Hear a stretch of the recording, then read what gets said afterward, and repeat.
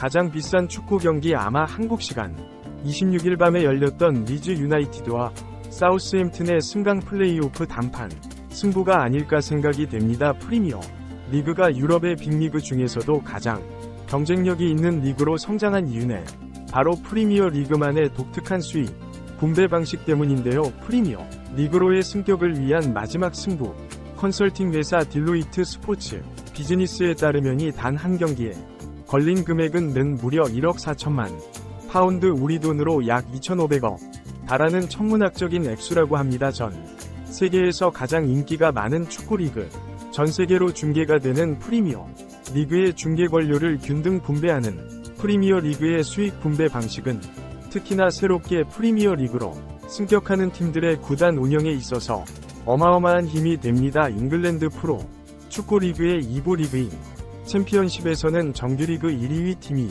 프리미어 리그로 다이렉트 승격을 하고 3에서 6위 팀이 플레이오프를 거쳐서 남은 한 자리의 승격팀을 결정하게 됩니다. 이미 레스터시티와 스위치 타운이 다음 시즌 프리미어 리그에 승격을 확정지은 상황에서 4위 사우스햄턴이 3위를 차지한 리즈를 상대로 승리를 거두면서 다음 시즌 프리미어 리그 승격을 확정지었습니다.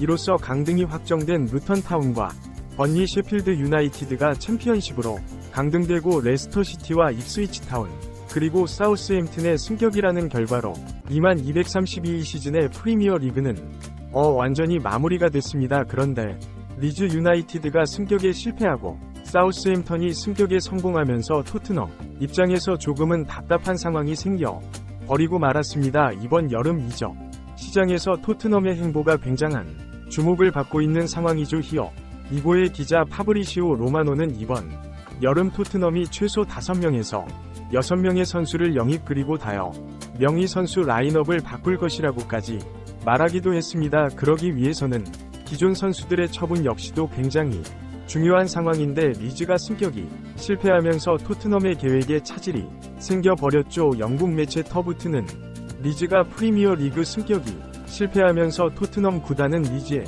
계획이 바뀔 수 있음을 우려하고 있다라고 보도를 했는데 바로 토트넘의 전력의 수비수 존 로든 때문입니다. 로든은 현재 리즈에서 임대 생활을 하고 있죠. 토트넘에서는 비록 자리가 없지만 리즈에서 좋은 모습으로 완전 이적이 검토되고 있었는데요. 단 재정적인 문제로 인해서 PL 승격의 경우에만 일하는 내 조건이 붙어 있었습니다. 리즈는 사실 이번 시즌 내내 다이렉트 승격이 예상됐던 정도로 챔피언십에서 압도적인 퍼포먼스를 선보이고 있었습니다. 하지만 시즌 막판 뒷심이 부족했는지 3위로 떨어지면서 플레이오프까지 임하게 됐는데요. 결국 승격에 실패해버리고 말았습니다.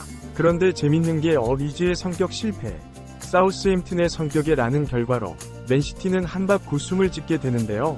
로마노 기자는 27일 자신의 사우스햄튼은 프리미어 리그 승격을 이뤄낸 이후 테일러 하워드 벨리스 완전 영입 조항을 발동하기로 결정했다.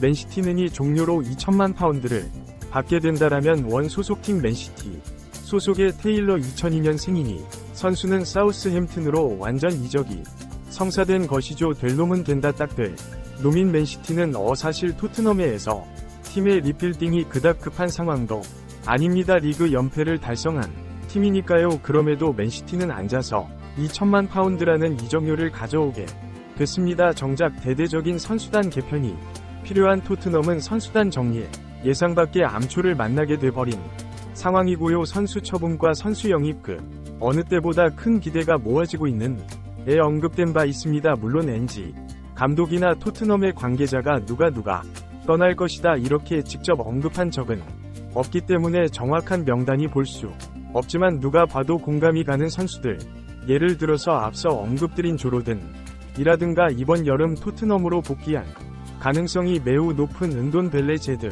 스펜스 등등의 선수들은 언하가 줘야만 하겠죠. 실제로 로마노는 조로든 제드 스펜스 자페 탕강과 로셀소 브리안 힐 호이베르그 송과 세세뇽 이렇게 8명을 토트넘을 떠나게 될 선수라고 자신의 SNS에 올리기도 했습니다. 한 명 한 명의 선수에 대한 처분 여부가 굉장히 중요한 토트넘의 상황인데 수월하게 처분하게 될 것이라 예상됐던 조로의 상황이 시작부터 어긋나 버린 상황인 것이죠. 토트넘이 이번 여름 가장 우선적으로 영입을 원하는 포지션은 중앙 미드필더와 중앙 공격수입니다.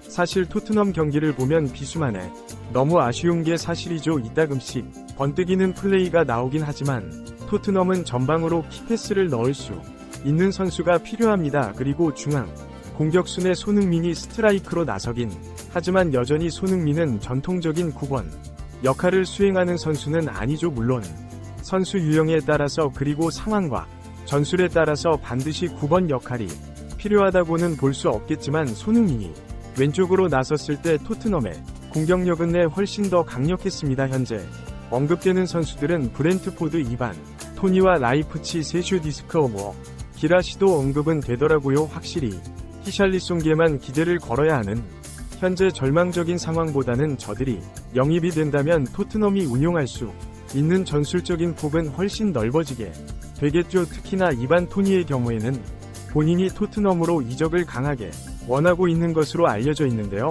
영국의 커트 오프사이드는 한국 시간 27일 이반 토니가 토트넘으로 이적하고 싶어하는 것으로 알려졌다면서 토트넘과 연결되고 있는 이반 토니의 상황을 보도했습니다. 이반 토니는 96년생이 매번 어린 유망주 어떻게 될지 모르는 럭비공 같은 영입만 이어오던 토트넘이 드디어 완숙한 선수, 증명이 끝난 선수의 영입을 시도하고 있는 것이죠. 이어서 매체는 토니는 이번 여름 가장 수요가 많은 선수 중 한 명으로 예상되며 여러 앱 구단이 그를 영입하기 위해 경쟁하고 있다. 하지만 토트넘이 그의 영입을 위한 경쟁에서 우위를 점할 것으로 보인다. 식에 따르면 토니는 토트넘에 합류할 기회에 빠져들 것이며 전직 구단 스카우트도 토니가 곧 토트넘 선수가 될 수 있다고 주장했다면서 토트넘과 이반 토니가 매우 근접해 있음을 전했습니다. 문제는 이반 토니가 현재 25만 파운드의 주급을 요구하고 있는 것으로 알려져 있는데 만약 지금 상황에서는 토트넘 최고 주급이 되겠죠. 소민다어 공식적인 기준에서는 더 많은 주급을 원하는 거니까요. 하지만 토트 입장에서 25만 파운드는 결코 문제가 되지 않습니다. 이반 토니가 1년 동안 경기를 출전하지 못하면서 경기 감각이 떨어지고 팀의 수준이 더 내려갔음도 17경기 출전에 4골 2어시스트를 기록했고 더 중요한 건 그전 시즌에 33경기 출전에 20골을 넣으면서 살라보다 더 많은 골을 넣었고 유효 슈팅이 33개 중에 20골을 넣는 엄청난 결정력을 보여줬기 때문에 25만 파운드 가치가 분명히 있다고 봐야죠. 내 타이밍 절묘하게 손흥민이 토트넘에 남겠다는 신호로 올인을 선언한 만큼 그건 재계약도 유력하다는 것이고 주급의 인상이 대폭 늘거라 예상되기 때문에 이반 토니가 오고 싶어하는 것으로도 내 땡큐존에 어쨌든 런던 라이벌들 스트라이커가 절실히 필요한 상황이니까요. 과연 돈으로 토트넘이 아스날 첼시를 이기려고 할지 정말 궁금한데요. 앞으로 안토니의 행보를 지켜보겠습니다. 리즈의 승격 실패로 고민이 하나 더 늘어난 토트 이반이라는 정상급 공격수 영입으로 이번 여름의 시작을 기분 좋게 열어보는 건 어떨까요? 네, 이상 흰수염 고였습니다. 감사합니다.